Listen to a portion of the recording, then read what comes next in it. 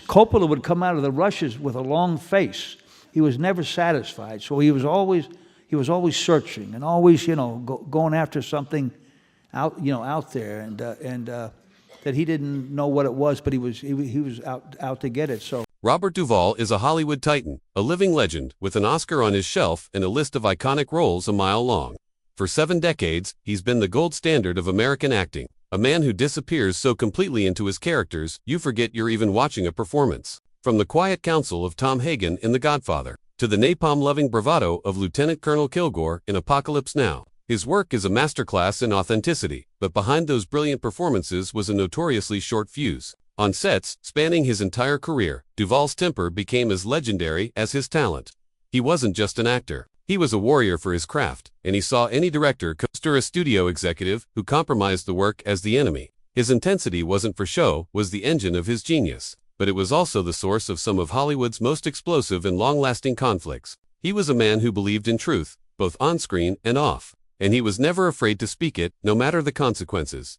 Today, we're counting down the top 6 figures Robert Duvall clashed with the most. We're talking about a bitter dispute with a Hollywood icon that lasted for decades, a legendary director he nearly came to blows with, and co-stars who simply couldn't stand his intensity. You think you know Robert Duvall? Stick with us as we uncover the stories of the people he just couldn't work with. Some conflicts are born in fire, with shouting matches that become Hollywood legend. Others are much quieter, fought not with raised voices, but with simmering silences and a relentless, draining war of creative attrition. That was the case between Robert Duvall and Australian director Bruce Beresford on the set of the 1983 film that would, ironically, win Duvall his only Academy Award, Tender Mercies. On the surface, it was a perfect pairing. The film, a quiet story by the great Horton Foote, centered on Max Sledge, a washed-up alcoholic country singer finding redemption in rural Texas. It was a role that required deep sensitivity, a perfect fit for Duvall's immersive style. He threw himself into the part with his signature dedication, driving over 600 miles across Texas with a tape recorder to capture authentic accents and playing in small-time country bands to feel the rhythm of his character's life. He didn't just want to play Max Sledge. He wanted to become him. The problem, Bruce Beresford had his own ideas. The conflict wasn't about a lack of talent. Beresford was a skilled filmmaker but a fundamental clash of philosophies. Duvall, a disciple of the Sanford Meisner School of Acting, believed in finding the truth of the moment and letting behavior emerge organically. Beresford, however, was a more traditional director who expected his actors to follow his lead. The tension on set was palpable but rarely exploded. Instead, it played out as a persistent, grinding power struggle. Crew members described it as a slow-motion battle of wills. Beresford would block a scene one way, and Duvall, in his quiet, unyielding manner, would simply perform it another. This wasn't just a difficult star's insubordination. In Duvall's mind, it was the necessary defense of the character's integrity. He has often expressed the sentiment that if a director hires him for his talent, they should back off and let him do his job.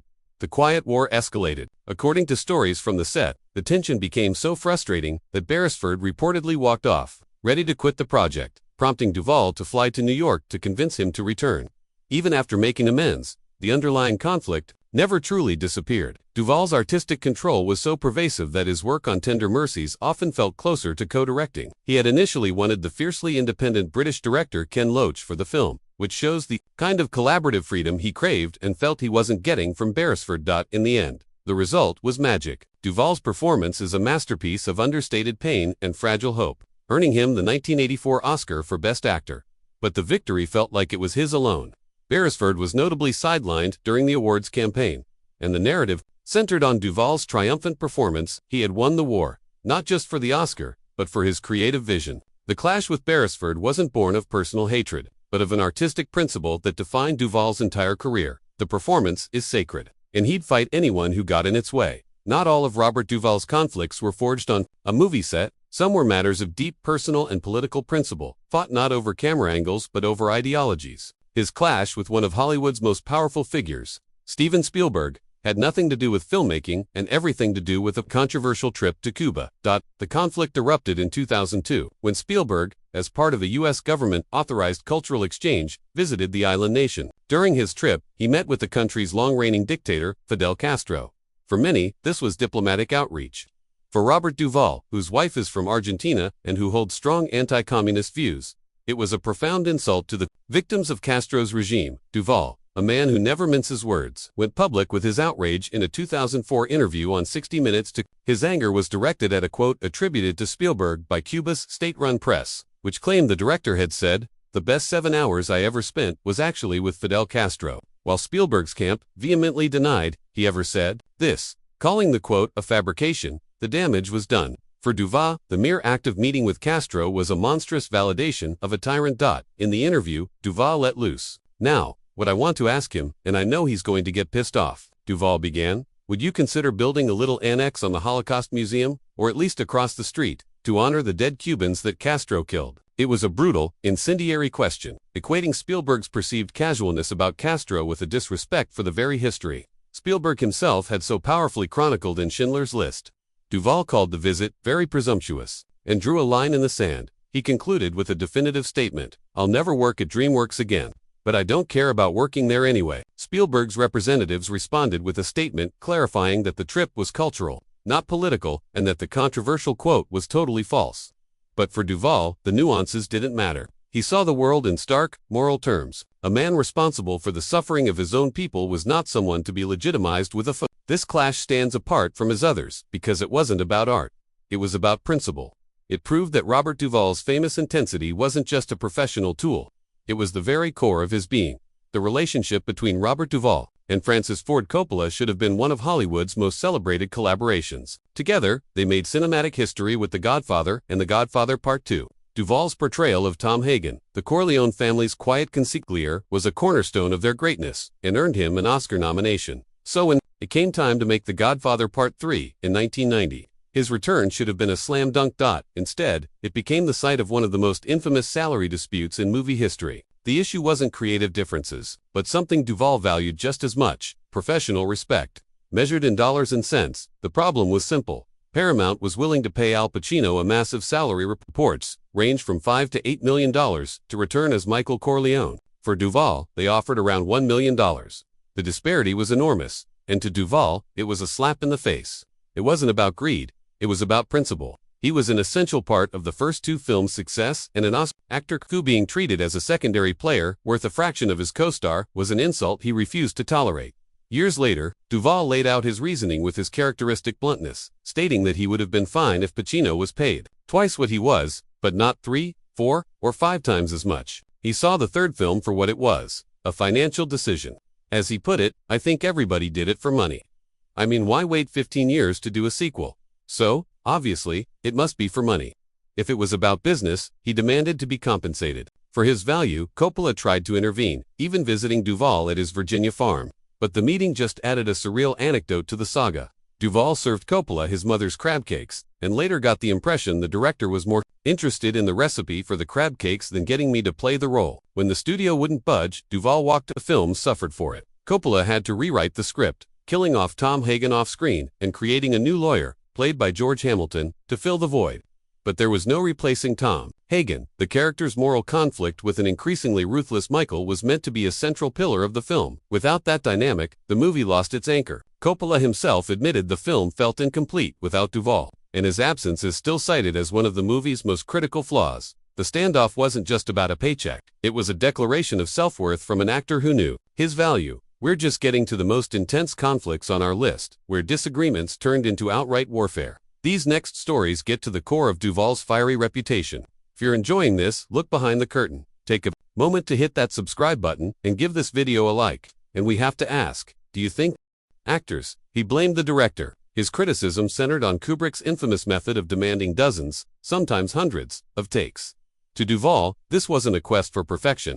It was artistic paralysis. He questioned how a director, after seeing a scene 50 times, could possibly know which take was best. For an actor like Duvall, who believed in spontaneity, Kubrick's process was the antithesis of everything he held sacred. His most pointed criticism was reserved for Kubrick's treatment of actress Shelley Duvall on the set of The Shining. The stories of Kubrick pushing her to the brink of a nervous breakdown are legendary. While some saw this as pushing for a brilliant performance, Robert Duvall saw it as something much darker. Once stating, "It wasn't directing but cruelty hiding behind genius." There are no verifiable records of the two men ever planning to collaborate. Given their opposing worldviews, it's hard to imagine it. Duvall was fire, instinct, and freedom. Kubrick was ice, intellect, and absolute precision. Duvall's public criticism of a director he never worked for reveals more about his principles than any on-set argument could. He believed there was a right way and a wrong way to make a film, a way that honored the actor and a way that destroyed them. In his judgment, Stanley Kubrick, for all his acclaimed genius, stood firmly on the wrong side of that line. The set of the 1969 Western True Grit was a meeting point for two different Hollywood. In one corner stood John Wayne, the Duke, king of the Western, and an icon of the old studio system. In the other was Robert Duvall, a rising star from the new wave of method-trained intense actors. A clash was almost inevitable, and it was sparked not by them, but by the film's director. The real source of the conflict was Henry Hathaway, a director whose tyrannical style we'll get to next. Duvall, playing the outlaw Lucky Ned Pepper, found Hathaway's aggressive, dictatorial approach completely stifling. Their arguments became a daily occurrence on a set that John Wayne considered his passion project. Wayne had lobbied hard for the role of Rooster Cogburn and wasn't about to let a younger actor's persistent arguments with the director disrupt the production. From his perspective, Duvall's behavior was unprofessional and disrespectful. His patience quickly wore thin. The tension finally boiled over. After another heated dispute between Duvall and Hathaway, Wayne had had enough and stepped in. According to multiple accounts, he confronted Duvall directly, threatening to punch him if he didn't stop arguing with the director. It was the ultimate old school versus new school moment. The movie star who solved problems with his fists versus the method actor, who solved them with psychological inquiry. What's fascinating is Duvall's perspective on it all. While his disdain for Hathaway would become a lifelong grudge, he held no such animosity toward Wayne. In later years, he often spoke of the Duke with respect. Wayne wasn't as bad as some supposedly serious actors I've seen who trained at the actor's studio, Duvall once admitted, giving him credit for his authenticity. He described Wayne as pleasant and outgoing. This suggests Duvall understood Wayne's position. Wayne wasn't attacking his art, he was protecting his movie.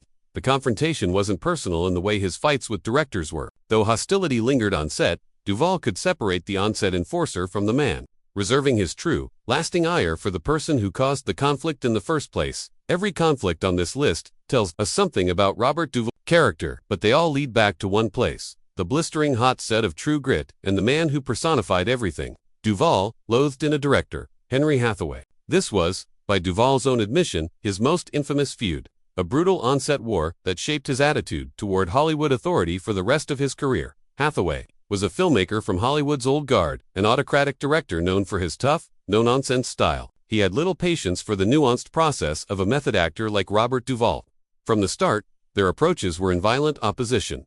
Duvall wanted to understand his character. Hathaway just wanted him to be menacing on cue. The director's instructions were famously crude. Duvall recalled one of Hathaway's commands for decades with contempt. He'd say, "When I say, action, tense up, goddamn you." For an actor who believed in relaxation and authenticity, that was the ultimate directorial sin. As Duvall explained, it's hard to work under that as a young actor. The set became a pressure cooker. Their arguments were constant, loud, and bitter, a fundamental struggle for respect. Duvall felt Hathaway treated him like a prop, and he refused to accept it. The tension affected the entire production and led directly to John Wayne's intervention. But where Duvall eventually found respect for Wayne, his feelings for Hathaway only hardened into permanent disdain. Years later, Duvall would still speak of the experience with palpable anger. When asked about Hathaway, his response was often curt: "Henry Hathaway. We won't talk about him." The message was clear.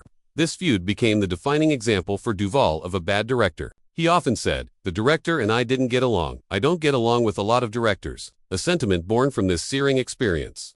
The war he waged against Henry Hathaway was a declaration of independence that would echo throughout his entire legendary career. So, what does all this tell us about Robert Duvall? His career is proof that sometimes, the most brilliant art is born from the most intense conflict. His legacy isn't just in the characters he brought to life, but in the battles he fought for them. The figures on this list aren't just feuds. They're signposts in the journey of an artist who refused to bend out his war with Henry.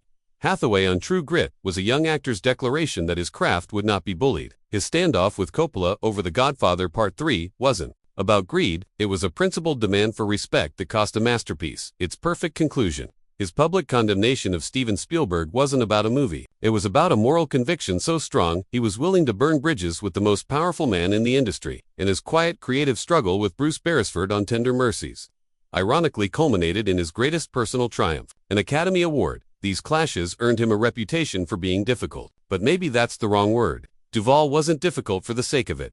He was uncompromising. He was a guardian of his own talent, and he treated any force that threatened to diminish it as an adversary. He once said that the best directors never had a problem with him, a telling statement that places the blame squarely on those he felt weren't good enough. In an industry built on illusion and compromise, Robert Duvall was a force of raw, unvarnished truth. His anger was the fuel for his authenticity. His feuds were the price of his genius. He may have made enemies, but he also made some of the most unforgettable moments in cinema history. And in the end, that is a legacy no argument can tarnish. Thank you for watching.